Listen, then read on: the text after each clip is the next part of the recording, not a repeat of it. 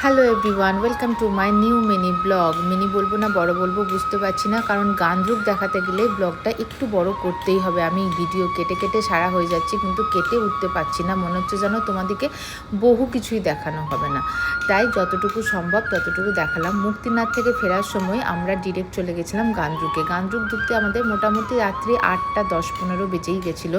এবার গান্দ্রুকে এই স্টেপ বেয়ে কিন্তু তোমাকে তোমার হোমস্টে পর্যন্ত পৌঁছাতে হবে। সারা দিনের মুক্তিনাথের একটা ট্রাভেল, তারপরে এই সিঁড়ি ওঠা আমার পক্ষে খুবই কষ্টকর হয়েছিল, কিন্তু আমি এটা করতে পেরেছি।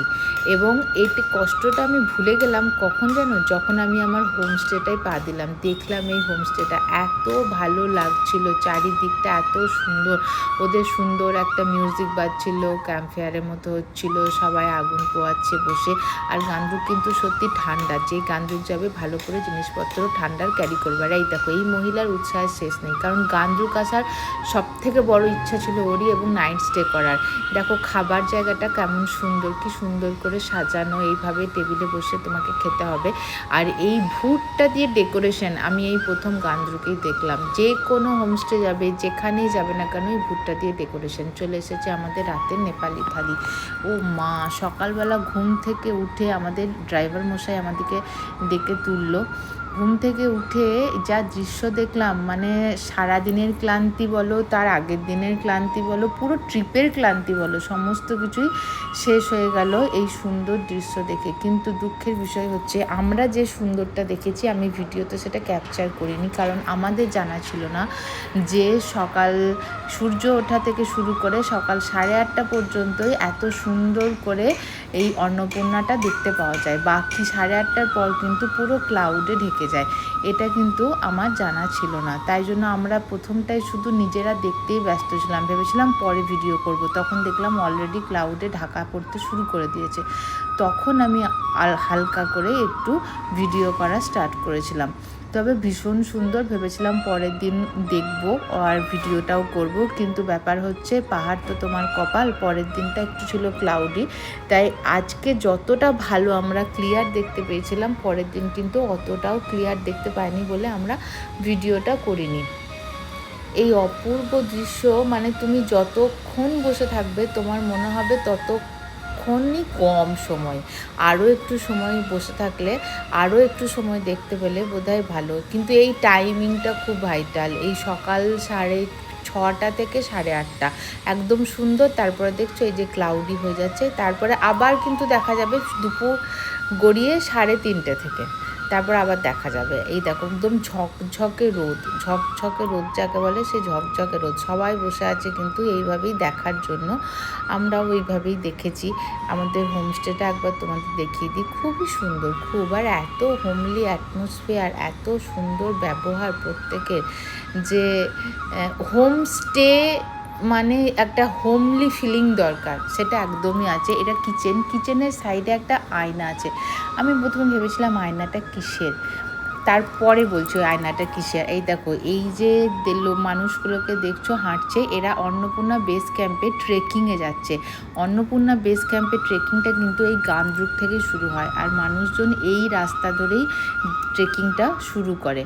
অলরেডি এখানে সবাই ব্রেকফাস্ট করা শুরু করে দিচ্ছে। আর হ্যাঁ, এই আয়নাটা হচ্ছে এই হোমস্টেতে ড্রেস ভাড়া পাওয়া যায়, সেই ড্রেস পরে সবাই নিজেকে দেখে কেমন লাগছে দেখতে। আর এই যে হেলিকপ্টারটা দেখলে, হেলিকপ্টারটা হচ্ছে যারা হেলিকপ্টারে করে অন্নপূর্ণা বেস ক্যাম্প দেখতে যায়, তাদের হেলিকপ্টারটা এই গান্দ্রুকের এই পয়েন্টটা থেকে ছাড়ে। আমাদের ব্রেকফাস্টটাও দিয়ে দিয়েছিল, এবং ভীষণ টেস্টি ব্রেকফাস্ট ছিল। যে মানে এই জিনিসটা আমি প্রথম খেয়েছি, আগে আমি কোনোদিন খাইনি। ব্রেকফাস্ট কমপ্লিট করে আমরা বেরিয়ে পড়েছিলাম গান্দ্রুকের পুরো ভিলেজটা পায়ে হেঁটে একটু ঘুরবো বলে। তবে হ্যাঁ ভাই, পায়ে জোর রাখতে হবে, না হলে গান্দ্রুক ঘোরা খুব মুশকিল, কারণ পুরো ভিলেজটাই হচ্ছে এই স্টেপিং। এই স্টেপ বেয়েই তোমাকে পুরোটা ঘুরতে হবে, কখনো উঠতে হবে, কখনো নামতে হবে।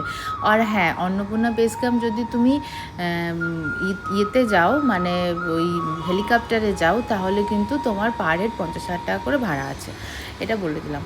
আর আমরা এখন ঘুরতে ঘুরতে চলে এসেছি আমাদের বিখ্যাত ভাইরাল কটেজ, সেটা হচ্ছে গুরুং কটেজ। প্রতিটা প্রতিটা মানুষই ভেবে আসে গান্দ্রুক মানে গুরুং কটেজ, কিন্তু শুধু গুরুং কটেজ নয়, গুরুং কটেজ অবশ্যই সুন্দর। গুরুং কটেজের সামনে থেকে ভিউটা অবশ্যই ভীষণ ভালো লাগে দেখতে, কিন্তু গুরুং কটেজ ছাড়াও গান্দ্রুক এমনিই ভীষণ সুন্দর। তা গুরুং কটেজটা আমরা আগে দেখতে এসেছি। আমাদের হোমস্টের সামনে দিয়েও যত মানুষ পেরিয়ে যাচ্ছে সবাই একবার করে জিজ্ঞাসা করছে গুরুং কটেজটা কোন দিকে। তো আমাদের ড্রাইভার মশাই ভীষণ ভালো ছিল, আমাদেরকে সঙ্গে করে করে নিয়ে গিয়ে পুরোটা ঘুরিয়েছে। এই হচ্ছে গুরুং কটেজ, যেখানে মানুষজন রিলস বানাতে আসে। আর এই সামনের ভিউটা ভীষণ সুন্দর। ওয়েদার ভালো থাকলে মাছুপুছারেটা এখান থেকে ভীষণ ভালো দেখা যায়, কিন্তু মাছুপুছারে দেখা যায় দুপুর 3:30-র পর, সকালে কিন্তু দেখা যায় না। আমরা গান্দ্রুক আসার সময় মাছুপুছারে ভীষণ ভালো দেখেছি, কিন্তু সেই ভিডিওটা এখানে আমি অ্যাড করিনি। আর আমি বা কেন রিলস করতে বাকি থাকি, এলাম যখন গুরুং কটেজে তখন সেইখানে আমি রিলস করব না তাই বললে হয়। আমি একটু স্লো মোশন ভিডিও, একটু ফটো সেশন সমস্ত কিছু করেছি। দেখেছো এখানে মানুষজন কি সুন্দর সেজেছে। এই ড্রেসগুলো সব এখানে ভাড়া পাওয়া যায়। গুরুং কটেজের ভাড়াটা একটু বেশি, তাই আমি এখান থেকে ড্রেস নিয়ে পরিনি। আমাদের হোমস্টেতে যে ড্রেস ভাড়া পাওয়া যায় সেখানে আমি পরের দিন ড্রেস ভাড়া নিয়ে পরেছিলাম। হয়তো সেই ভিডিওটাও দিতে পারি পরের দিনে। ও মা, বাচ্চাটা কি কিউট, সব থেকে কিউট লাগছে বাচ্চাগুলো যখন ড্রেস পরেছে তাদের। আমাদের তো সেই বাচ্চার ব্যাপারটা নেই, আমরা এখন চৌবাচ্চারও ওপরেতম কিছু জায়গায় চলে গেছি। গুরুং কটেজের পরে আর একটা হোমস্টে, এটার থেকেও কিন্তু ভিউ অসাধারণ, কিন্তু এটা একদম জাস্ট নতুন হয়েছে বলে এখনও অতটা জানে না। এবার আমরা পায়ে হেঁটে শুরু করেছি পুরো গ্রামটা ঘুরবো বলে। এই হাঁটা শুরু করতে গিয়ে দেখে চোখে পড়লো আমাদের এই ঘোড়াগুলোই কিন্তু মালপত্র বহন করার কাজ করে। নিচে থেকে যত মালপত্র উপরে নিয়ে আসা হয় সমস্ত কিছু কিন্তু এদের পিঠে চাপিয়েই নিয়ে আসা হয়। আর এই পুরো জিনিসটা দেখেছো, পুরো স্টেপ, তোমাদের আমি কি বলেছিলাম, তাই গান্দ্রুক যারা আসবে তারা কিন্তু খুব বেশি জামা কাপড় ব্যাগে ক্যারি করবে না, যেটুকু দরকার সেটুকুই নিয়ে আসবে। এই দেখো, এই বললাম না মালপত্র বয় এরা।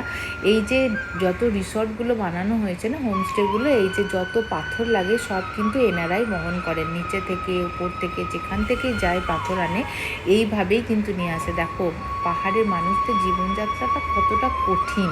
আমরা সেখানে দেখলে মনে হয় আমরা তো সব কিছুই হাতের মুঠোর মধ্যেই পাই, ওদের কিন্তু অনেক কষ্ট হয়। এই যে জায়গাটা দেখছো, এটা হচ্ছে একদম পুরনো গান্দ্রুক, এটা কিন্তু অনেক নিচে।